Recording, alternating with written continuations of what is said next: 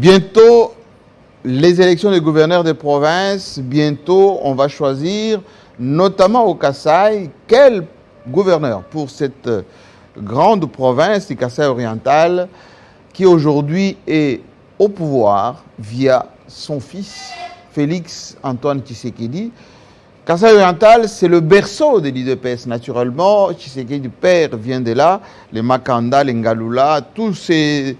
Parmi les membres du territoire parlementaire viennent du Kasaï, mais les Kasaï peinent à avoir des meilleurs dirigeants, ceux qui peuvent développer cette contrée. Depuis un certain temps, beaucoup de débats. Alors, dans quelques jours, peut-être quelques semaines, la CENI va organiser là-bas celui qui va remplacer Maouéja, défenestré depuis un certain temps par les provinciaux. Est-ce que c'est l'IDPS qui a le monopole d'imposer un gouverneur là-bas? Est-ce qu'il faut une candidature unique venue de Kinshasa?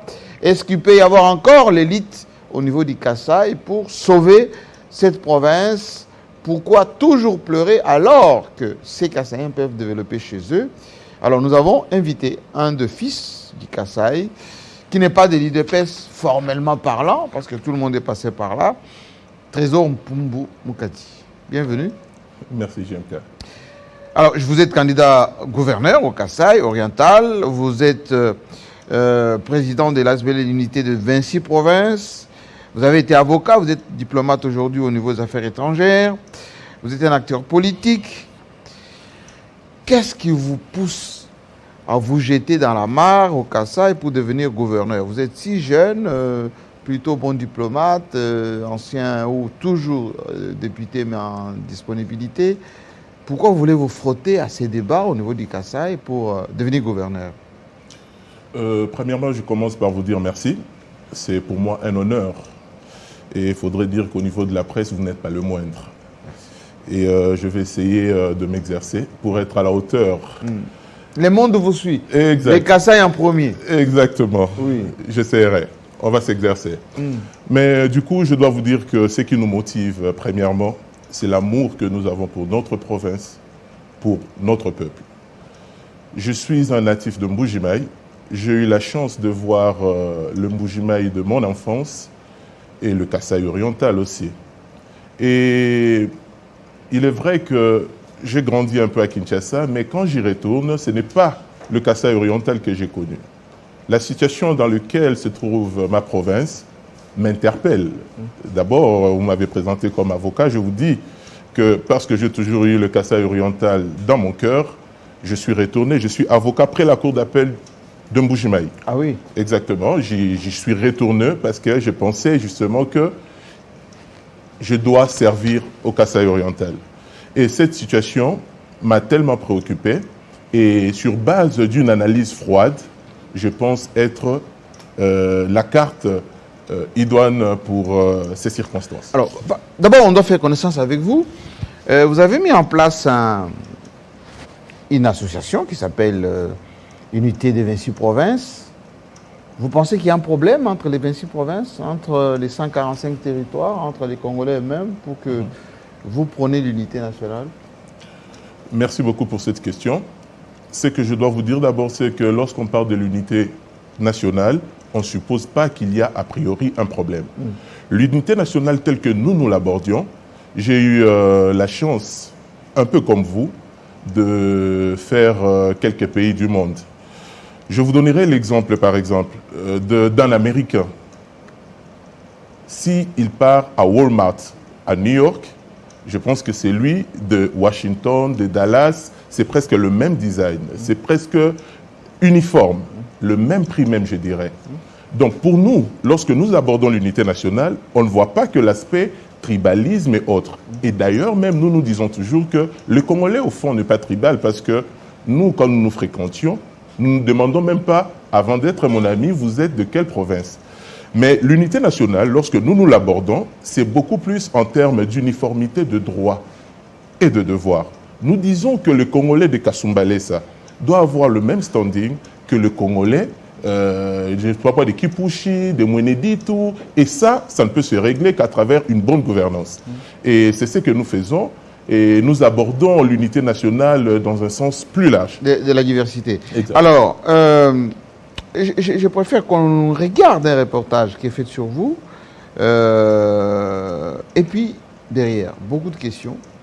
Parce que vous êtes l'un des premiers candidats que j'ai reçu sur ce plateau. Beaucoup en ont fait la demande, absolument. Parce qu'il y a des problématiques au Kasaï. Et j'ai l'impression que les Kasaïens eux-mêmes, ils sont inconscients. Notamment ceux de Mbuji-Mayi, de leur propre réalité. On vous regarde et puis on en parle tout de suite.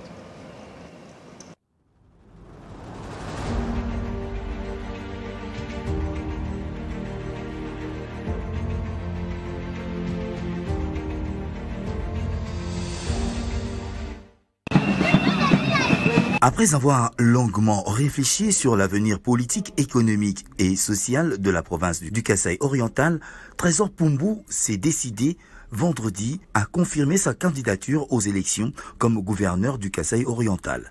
Depuis le début du climat de tiraillement et de méfiance politique dans le Kasaï oriental, aucun homme politique n'a réussi à mettre ensemble toutes les tendances autour des attentes de la province, mais Trésor Pumbou Mukadi a fait exception par cette mobilisation. Candidat indépendant, Trésor Pumbou Mukadi n'a aucun penchant politique, aucun antécédent dans la communauté, son dossier est clean. À cela s'ajoute son caractère humble avec un sens d'écoute très élevé, mais aussi un carnet d'adresses très large. Bien cultivé grâce à son bagage intellectuel et sa capacité managériale, il s'affiche comme un phare dans la vision du chef de l'État, Félix Antoine Tshisekedi Tshilombo. Trésor Pumbou est l'un des Kasaïens qui s'active également dans la création de l'emploi pour le développement de la province du Kasaï oriental. Le club Miba est le point de rencontre des populations venues de tous les coins de la ville de Mbuji-Mayi pour témoigner leur soutien au candidat Trésor Pumbou. C'est parti avec chant et allégresse vers la CENI. Chemin faisant, c'est une masse, jeunes et vieux entremêlés, qui vient s'amasser jusqu'à la CENI. Trésor Pumbou Mukadi dépose sa candidature et paye sa caution pour attendre le jour de l'accomplissement de la promesse faite par Félix Tshisekedi sur les élections libres et transparentes du nouveau gouverneur qui va diriger la province.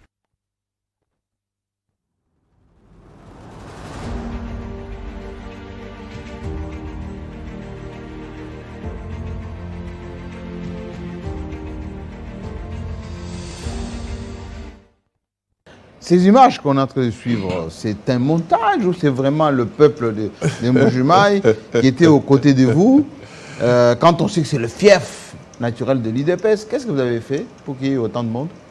Je vous ai dit que je ne tiens pas d'ailleurs. C'est chez moi et vous l'aviez vu. Et parlant, je pense qu'on aura abordé cette question, c'est un fief naturel de l'UDPS. Oui. Qui est de l'UDPS et qui ne l'est pas. Donc on ne peut pas s'accaparer de l'UDPS pour dire que moi et moi seul, je représente l'UDPS. Et où on peut dire l'UDPS dicte les candidats depuis Kinshasa. Et d'ailleurs, JMK, je voudrais que cela soit dit. Oui. C'est que si le débat d'appartenance à l'UDPS devrait se poser dans d'autres provinces, je pense, je le dis humblement, que ces problèmes ne devraient pas se poser au Kasaï oriental. Encore moins dans le Kasaï. Pourquoi? Parce que je pense qu'à un certain moment de la vie de Tumuluba, il a fait le frais. Des brimades. Et, effectivement. Et on l'a soupçonné d'être on l'a soupçonné. Peu importe, on l'a soupçonné. Et ça sera quand même injuste que nous rentrions au Kasaï et qu'on nous dise tel est l'UDPS, tu n'es pas de l'UDPS. Oui. Encore que, je vous donnerai par exemple un exemple atypique, c'est que lorsque vous allez au Kasaï oriental, vous trouverez il y a beaucoup de partis politiques. Il y a beaucoup de partis politiques qui drainent de foule, qui ont plusieurs militants. Mais dites-moi, Jean-Marie, comment vous expliquez le fait que lors des élections, l'UDPS, à lui seul, a presque 95%? Ça, c'est la présidentielle, hein? Ah oui, c'est toujours l'UDPS. Oui. Non, c'est pour vous dire que il y a un non-dit et aussi de l'injustice qu'on pourrait subir. Je ne voudrais pas aussi rappeler, par exemple, des souvenirs macabres. Le Kasaïen, lorsqu'ils sont chassés au Katanga, oui. Saviez-vous, vous le savez d'ailleurs mieux que moi, qu'à la base, c'était un problème politique d'abord. Absolument. Et lorsqu'on a chassé... Parce qu'à l'époque, c'est Oui. Tshisekedi qui était Premier ministre, Et- Etienne effectivement. Tshisekedi. Effectivement. Et les Katangais ont dit, comme votre frère est Premier ministre, vous- eh bien, rentrez chez vous. Voilà. Et on n'a pas demandé à ces Kassaïens qui étaient de l'UDPS et qui ne l'étaient pas. Nous sommes unis par le sort. Nous avons le même sort. Et même aujourd'hui, lorsqu'il y a la faim qui frappe chez nous, ça ne frappe pas différemment quelqu'un de l'UDPS, du PPRD ou de la Alors FDC. parlons-en justement de cette problématique du Kasaï. Vous êtes bon avocat, bien formé, diplomate aujourd'hui. On a l'impression que vous tous là, les intellectuels kassaïens, vous n'êtes en inadéquation, vous êtes déconnectés, c'est le terme que je voulais utiliser, des réalités de chez vous. Il y a beaucoup d'intellectuels, il y a une élite congolaise, kassaïenne, louba, éparpillée dans le monde, y compris ici à Kinshasa, mais vous êtes comme désactivés de ce qui se passe sur le terrain au Kasaï. Votre argent, vous préférez aller investir dans d'autres provinces ou à l'étranger qu'aller construire chez vous. Est-ce que vous qui voulez maintenant être gouverneur au Kasaï, quel est le message qui va être persuasif auprès de l'élite du Kasaï pour qu'ils rentrent, ces Kassaïens, chez eux et développer chez eux? Effectivement. Vous allez vous y prendre comment? Ce que vous dites, je dirais, c'est une forme de désertion de l'élite kassaïenne qui a dû... Mais qui date de quand ces désertions? Oh, ça remonte... Parce que quand on regarde tous les mouvements migratoires, hein, dans les années 40-50, on disait ben, ils allaient là où il y avait des industries. Ils allaient à Chikapa, ils allaient au Katanga, ils allaient ailleurs. Mais quand l'Amiba est revenu, rares sont ceux qui sont revenus. Il y en a quelques-uns qui étaient à l'Amiba, etc. Mais quand l'Amiba est tombé, tout le monde est parti. Effectivement, il y a ça aussi. Il y a ça, mais je voudrais rester dans le contexte, par exemple, de ce dont on parle aujourd'hui. Oui. C'est que je vous prends les deux derniers gouverneurs. Le premier, qui ne sont pas du reste mauvais. Ngoï Kassange et Maweja, par Maweja. Oui. Voyez-vous, on peut tout dire. C'est en tant qu'humains, ils ont leurs faiblesses, ils ont également leurs forces. Oui, Maweja, il a fait quoi? Ils ont leurs faiblesses, laissez-moi. Oui, il a fait quoi? Oui. Excusez-moi du peu, mais ceux qui nous suivent à travers le monde, le Oui. Ngoï Kassange, là, qu'on voit ici, il est resté 12 ans gouverneur. 12 ans. On lui a reproché d'avoir rien fait. Bon, maintenant, on se rend compte qu'il a fait quand même quelque chose, Ngoï Kassange. Aujourd'hui, Maweja, lui, il est passé, on ne sait pas qu'est-ce qu'il a fait. Je pense et tout le monde a tapé sur lui. Voilà, il est là, Maweja. Effectivement, je ne suis pas défenseur de leur bilan. Ils ont leur bilan. Mais moi, je pense qu'au-delà de leurs qualités et faiblesses, il se pose un vrai problème. C'est celui de l'antagonisme qu'il y a aujourd'hui dans notre province. Il y a Benaba ni Bena. Il y a le problème des Bena. Des Bena d'abord. Les moines Wangani. C'est-à-dire... Comme disait Kalonji Touma ici. Effectivement. Oui. Prenez le cas du doyen Ngoï Kassange. Vous remarquerez que pendant les 12 ans, il y a eu une forme d'exode aussi, en termes même de capitaux, d'hommes politiques, qui sont partis tout simplement parce qu'ils n'ont pas supporté l'hégémonie. Oui, disons ça comme ça, l'hégémonie de Ngoï, mais la solution de l'extrême... Il était sur votre place ici, je lui ai posé cette question, qu'on vous a reproché, Ngoï Kassange, de confisquer à son temps les diamants des gens, de monopoliser les commerces, de brimer les autres.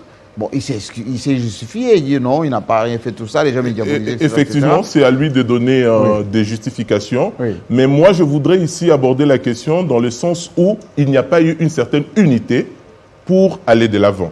Donc, lorsqu'il y a eu, à cette époque, le gouverneur Ngoï Kassange, qui était le gouverneur du pouvoir en place, c'est ça. Il était PPRD. Il était PPRD. Et ça avait fait que tout le cacique de l'UDPS sont partis de la province et c'était en réalité des capitaux qui partaient en termes même d'argent, en termes de... Ngoï Kassange a fait le frais d'être kabiliste et les gens de l'opposition, IDPS et compagnie, je le pense aussi ils ont déserté à cause de ça. Je le pense dans une certaine mesure. Oui. Et Maweja également, c'est le même problème. Comment ça? Parce que lui était de l'IDPS. Effectivement. Oui. Voyez-vous que lorsqu'il y a eu l'extrême droit, je dis ça comme ça, avec Ngoï Kassange, et l'extrême gauche, lorsque Maouéja arrive, voyez-vous, il n'y aura pas l'accompagnement, c'est de l'antagonisme. C'est pourquoi je dis la vraie solution, moi je pense, c'est la solution du centre.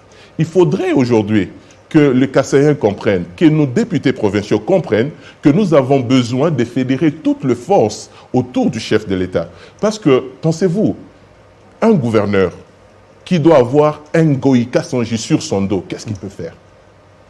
On ne doit pas le regarder en ennemi. Effectivement. Il a encore des bases là-bas. Il a de bases, il a de l'expérience. Il faudrait l'associer, il faudrait au besoin le consulter. Maouéja également, il peut avoir ses faiblesses, mais il a également ses forces qu'il faudrait absolument exploiter. Mais maintenant, là, moi, je pense qu'il ne faudrait pas aller vers les solutions extrêmes. Parce que les solutions extrêmes, nous les avons tentées les 10 dernières années, ça n'a pas produit de... Mais sur le terrain... Quand vous parlez avec les gens des Kasaï oriental, des Mbujima, etc., ils vous disent quoi, eux? Ils attendent quoi? En tout cas, ils attendent un gouverneur de l'IDPS ou un gouverneur tout court?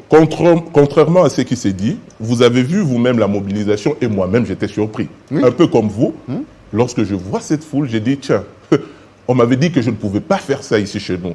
Mais j'ai parlé avec notre population. Et dit quoi cette population? Non, ils ont compris qu'il faut une certaine... hiérarchisation de priorité. La province passe avant le parti. Parce qu'ils se disent, qui n'est pas du parti? D'abord, nous sommes Kassaïens.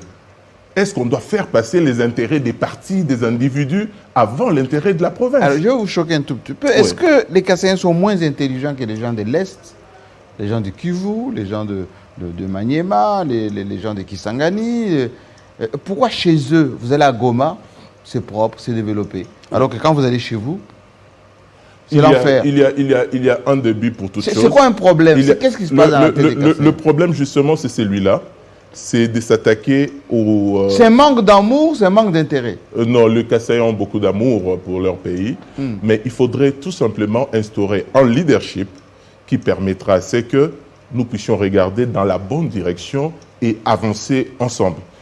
Qu'est-ce que Félix Tshisekedi va dire, ou plutôt la réponse qu'il va réserver à votre candidature? Lui.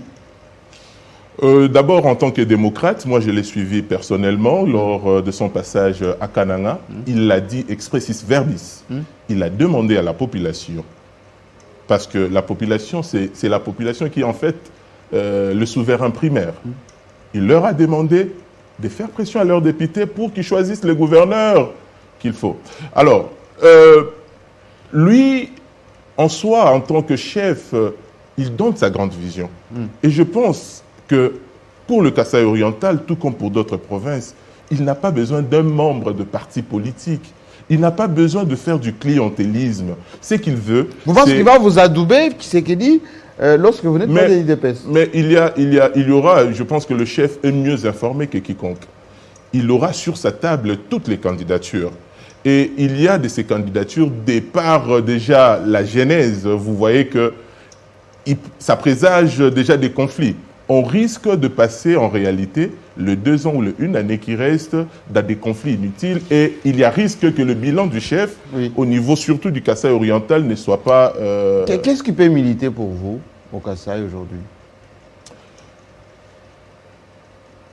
Ma détermination d'abord. Ma détermination, avant de compter à d'autres forces, je dois compter sur moi-même, mais je reste aussi convaincu de ma vocation. Je suis dans le plan de Dieu. Quelles sont les priorités? Une fois que vous êtes élu gouverneur là-bas, parce que à son temps, Ngoï Kassan, je disais, non, moi je connais, j'étais diamantaire, comme c'est une province de diamantaires, moi je suis fils d'enseignant, j'étais moi-même enseignant, donc je sais ce que le peuple attend. En 12 ans, il a pu faire ce qu'il a pu faire, mais beaucoup de gens l'ont critiqué pendant ces 12 ans. Maouéja arrive, il dit, je suis de l'IDPS, je vais leur donner d'ailleurs à manger. Hein, quand on voit d'ailleurs, ça c'est une des photos où effectivement il faisait son discours de donner à manger aux gens des Kasaï. Et on a vu que c'était le contraire qui s'est produit pendant tout ce temps qu'il est resté là-bas. Il a été même déjà chassé de la province. Vous, si par exemple Félix Tshisekedi vous fait confiance, et que compte tenu de problèmes qu'il y a à l'IDPS, les antagonismes qui sont à l'IDPS. D'ailleurs, on a vu des manifestations anti-candidats venus de Kinshasa. Kabouya lui-même est parti sur place. Allez, Tshisekedi choisit la voie médiane. Exact. Il dit voilà, je fais confiance à ces candidats, avocats, fonctionnaires internationaux, plutôt diplomates de notre pays, Trésor Moukadi. Vous allez faire quoi en commençant les 100 premiers jours, vous allez faire quoi? D'abord, je ne sais pas si vous y êtes rentré récemment. C'est chez moi là-bas. Effectivement. Et j'y vais souvent. Ah oui, donc j'essaie d'imaginer les larmes que... Et j'y serai bientôt. Il le faut. C'est la misère qui vous accueille en descendant à l'aéroport de Bipemba. Exactement. Donc, par rapport à cette misère, il faudrait commencer d'abord par résoudre le problème de la faim. Et le problème de la faim, nous pouvons le résoudre qu'à travers l'intensification de notre système agropastoral d'abord. Mais on dit que les Kassaïens n'aiment pas l'agriculture. Mais ils aiment les diamants. Non, il faut en fait une mobilisation. Moi, je pense que le chef de l'État donne des grandes visions. Et je pense même qu'il s'adressait au Kasaï oriental lorsqu'il disait, en fin de compte... Il faut diversifier. Diversifier, mais aussi, lui, il a utilisé le terme, il dit, le sol devrait prendre sa revanche sur le sous-sol. Oui. C'est en fait ce que nous devrions faire. On ne doit pas tourner le dos au diamant, parce que c'est quelque chose que Dieu nous a donné, mais on doit intensifier notre agriculture et aussi diversifier l'économie. Mais comment vous allez faire lorsque vous allez en Bujumaï, par exemple, sur le marché, même les oignons sont importés du Katanga? Justement, c'est ça le problème. C'est pourquoi j'ai dit alors vous allez en Gandajika, même si c'est déjà l'Omami, mais c'est à côté. Vous allez du côté des Kabe-Kamanga là-bas, un peu partout. Il y a des pâturages partout. C'est vert, il y a la pluie. C'est question de leadership, justement. C'est question de bien voir les choses, s'attaquer aux priorités. Il est possible de produire localement et consommer localement. Mais il faudrait toute une vision, il faudrait tout un leadership. Il ne faudrait pas quelqu'un qui vient pour refaire la même chose. On doit faire les choses autrement.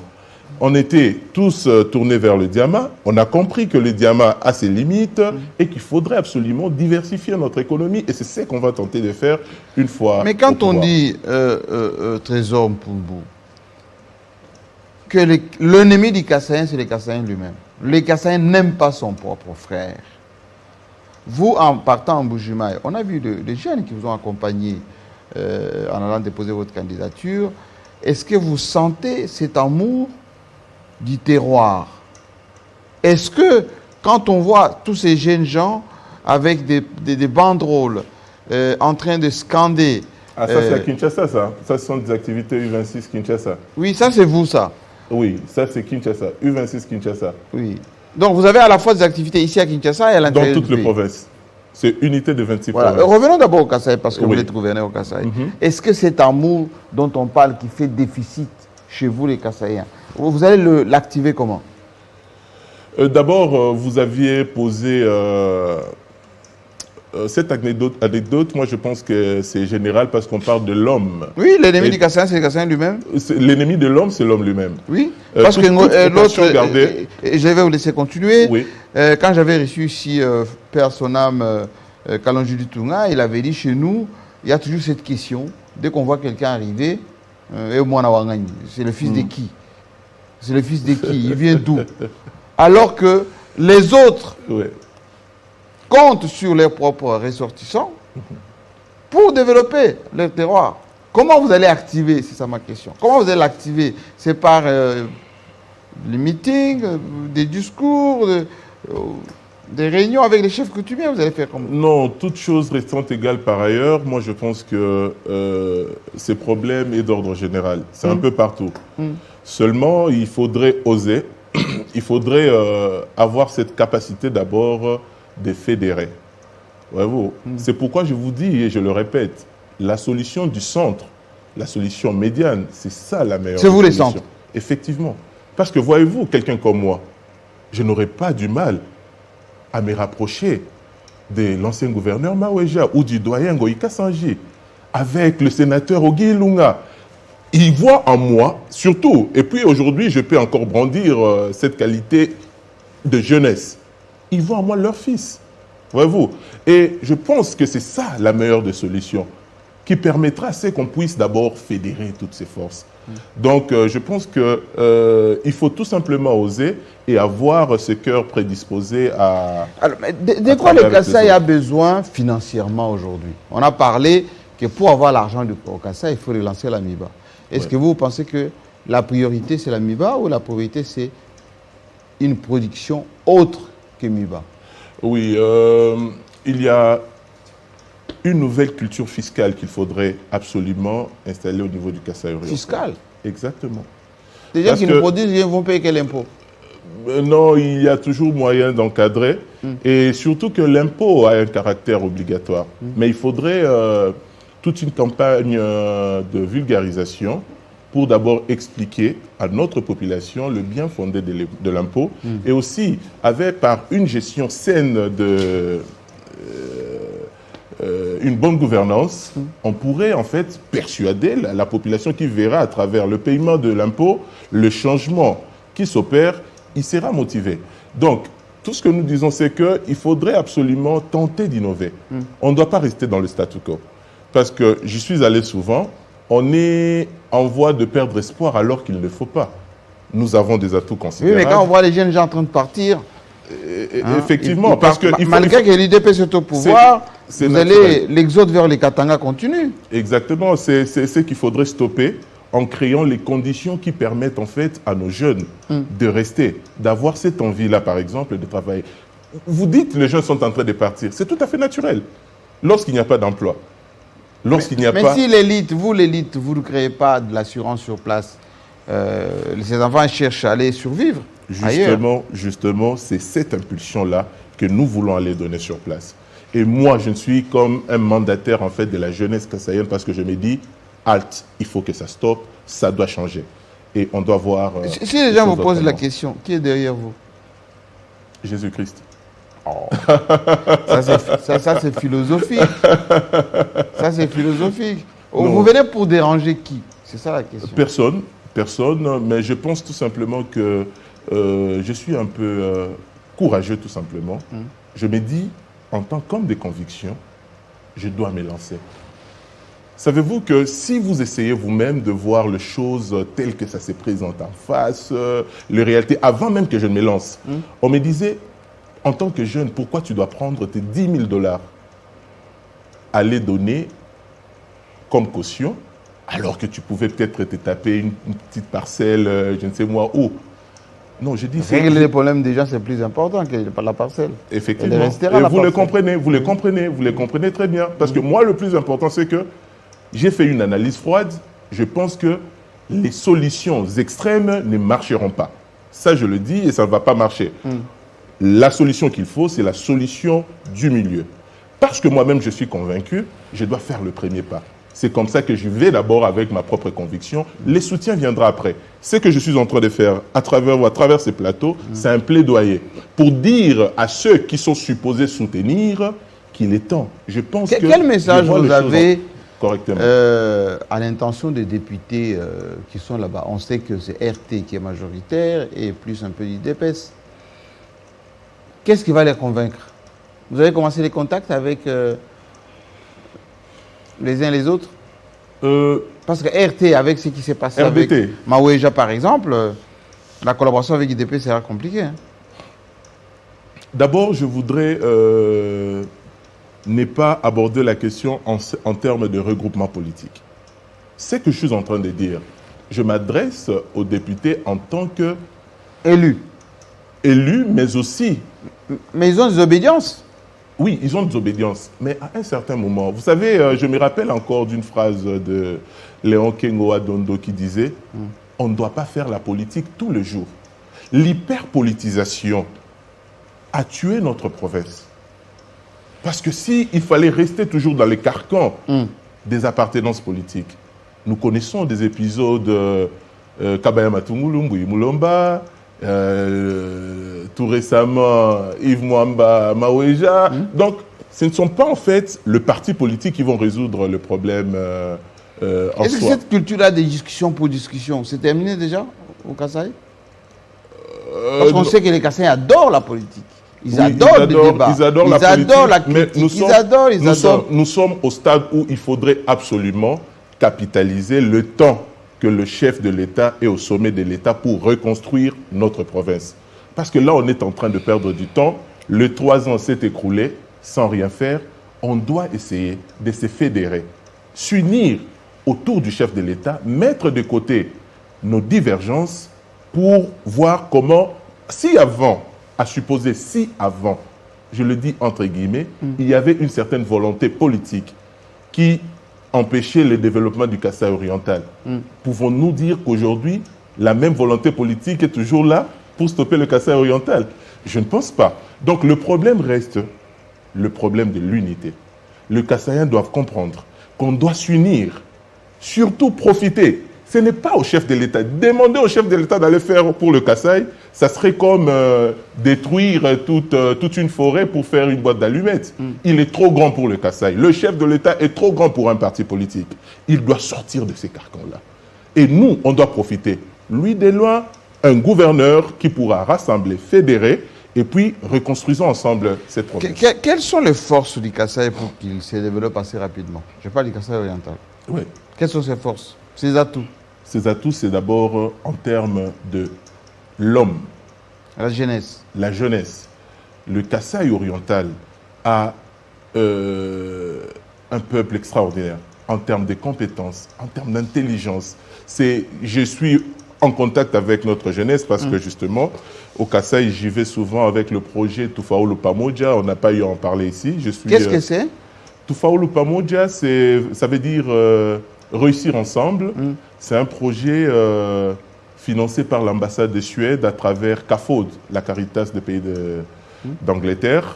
Et ma structure I26 est chargée d'implémenter ces projets au Kasaï oriental. C'est très bien ça. Exactement. Et le projet consiste à promouvoir le femme et le jeune dans le cercle de Nous sommes le 8 mars Effectivement, je rends hommage d'ailleurs à nos mamans.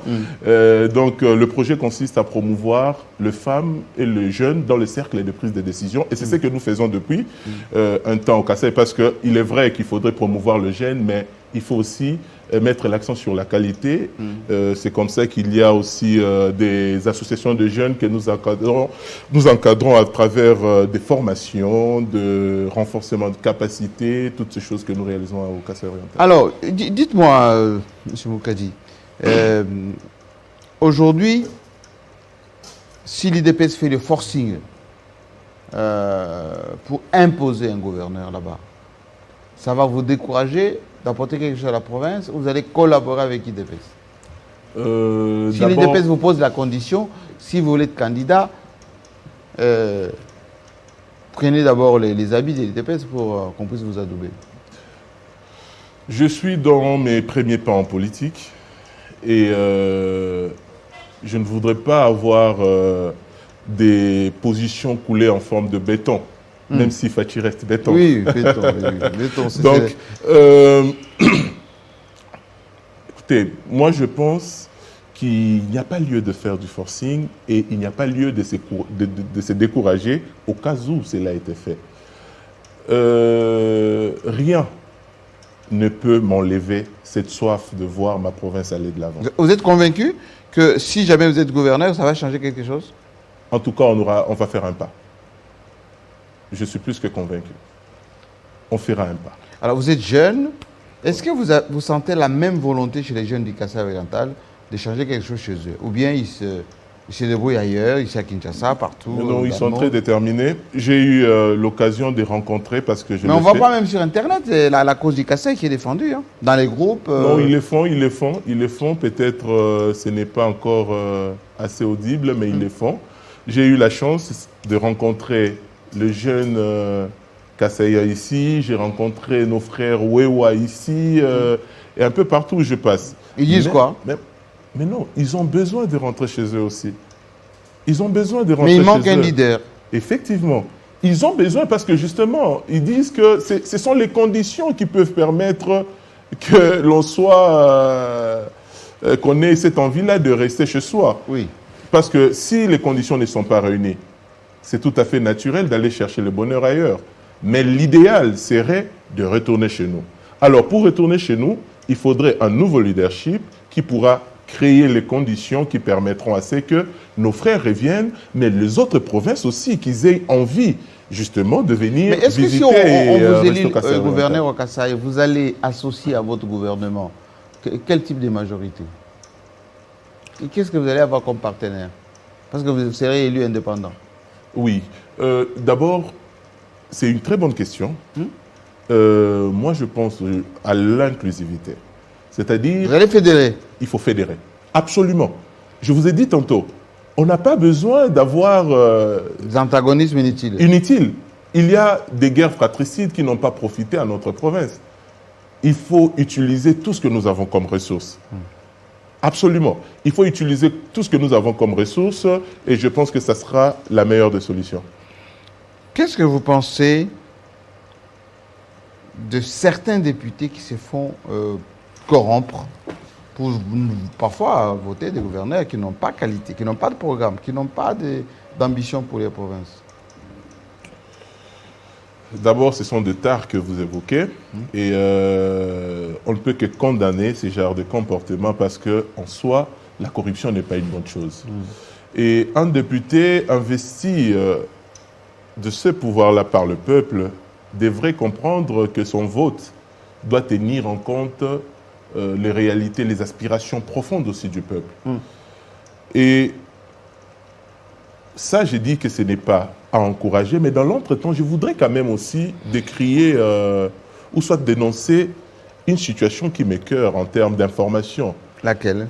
D'après les informations à ma possession, le député provinciaux enregistre au total près de 10 mois d'arriéré. Absolument. Confirmation.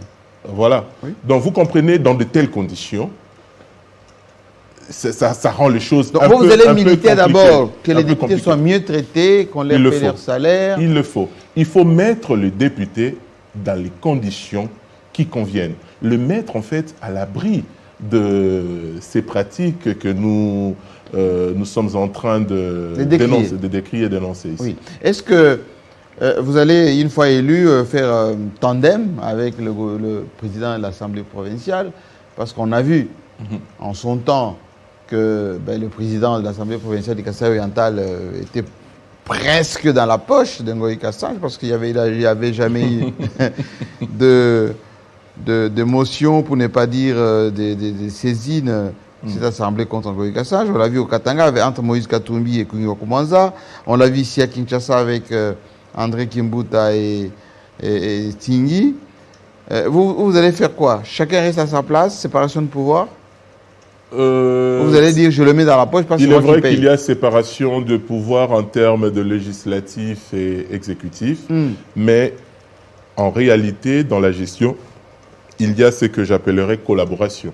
Complémentarité. Complémentarité, en ce sens que l'exécutif devrait regarder le législatif comme étant un partenaire. Donc, lorsque moi, je regarde le président de l'Assemblée provinciale, en soi, c'est un partenaire. Pour avoir participé dans nos ateliers, je l'ai rencontré, je lui ai parlé avec lui. C'est un monsieur magnifique, un monsieur qui Là, a c'est une façon pour vous de les non, flatter non, non, avant l'élection. non. D'ailleurs, je ne demande rien, mais je le dis, je dois témoigner, c'est un monsieur extraordinaire, parce qu'en termes de vision, il s'est entretenu avec les jeunes en ma présence, et il a parlé, et j'avais senti de la hauteur et ces soucis-là aussi que les choses aillent de l'avant. Si nous partageons les mêmes soucis, il n'y aura pas de problème qui vont se poser. Terminez cette émission par cette question de confiance. Ce qui vous détermine aujourd'hui à être gouverneur au Kasaï, est-ce le pouvoir, l'argent ou la notoriété? Rien de tout ce que vous avez cité, mais c'est plutôt, je réponds à une vocation d'abord, je réponds à ma vocation, et aussi cet amour de ma population. Du Kasaï oriental. Du Kasaï oriental. Et aussi la conviction de mon analyse. Parce que je vous ai dit, j'ai fait une analyse froide. Je pense que la solution est celle que je propose. Je suis tellement convaincu, je dois poser le premier pas comme Vous connaissez les autres candidats? Oui, une bonne partie, j'ai eu déjà parlé à les rencontrer. Quel est votre challenger que vous redoutez le plus? Non, il n'y a pas question de redouter parce que moi, je veux le meilleur pour le Kasaï. Je veux le meilleur pour le Kasaï, c'est que si, par exemple, en termes de solutions, il y a un candidat qui motive et semble être le meilleur et que, chemin faisant, je réfléchis, je trouve que c'est la voie, il n'y aura pas de problème. Dites-moi, Félix Tshisekedi avait retardé son arrivée au Kasaï, il voulait faire quelque chose. Il a envoyé certains de ses conseils qui sont kassaïens, y compris dans Mbujimaï. On a écouté José Mpanda qui a fait une déclaration fracassante. Dit que tous ces gens-là, ils ont détourné l'argent sans se gêner.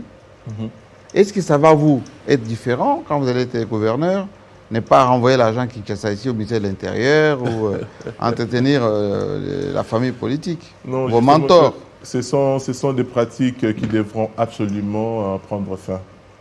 Nous, dans une année ou 2 ans que nous pensons servir le Kasaï oriental, il n'y aura plus toutes ces pratiques. La même mise du ministère de l'Intérieur sur vous?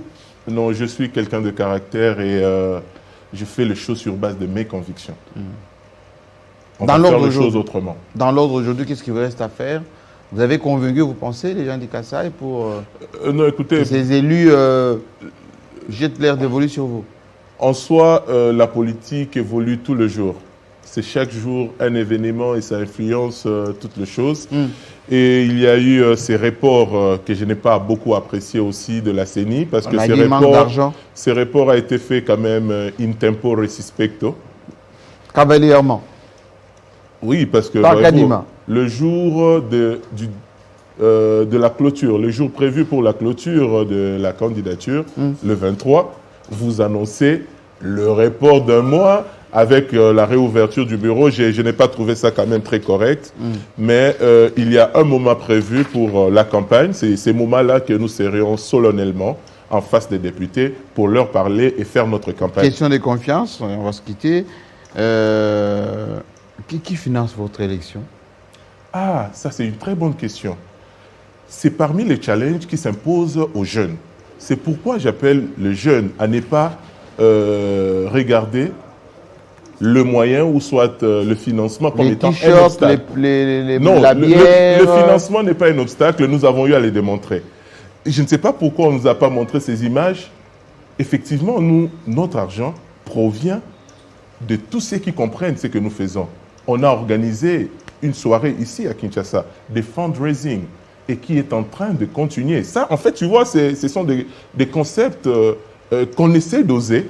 On dit, à travers le fundraising, on peut faire participer chacun d'entre nous avec ses miettes pour faire une force. Il y a eu des jeunes qui m'ont remis $10, $20, image à la pluie. Et c'est merveilleux et à travers vous, parce que votre émission, je sais que ça sera très suivi. J'ai dit merci à tous ces amis à travers le monde qui me font confiance et qui ne cessent de m'envoyer leur soutien. Et je vous dis infiniment merci et je pense que c'est pour une bonne cause. Donc, on a utilisé le fundraising et le crowdfunding pour atteindre nos objectifs. Merci beaucoup. Trésor Pumbu Mukadi, candidat gouverneur au Kasaï oriental. Et on espère que ça va marcher pour vous parce que ceux qui nous suivent en Mbujimaï, vous me posez sur cette question. Pourquoi vous ne poussez pas nos frères à faire quelque chose pour nous? Vous qui avez la voix, ben la preuve, jamais d'accordé. Et maintenant, on va attendre que les députés provinciaux votent utile et surtout qu'ils ne disent pas que c'est Félix Tshisekedi qui a la solution à tous les problèmes. Il est président d'abord de toute la misère de la RDC.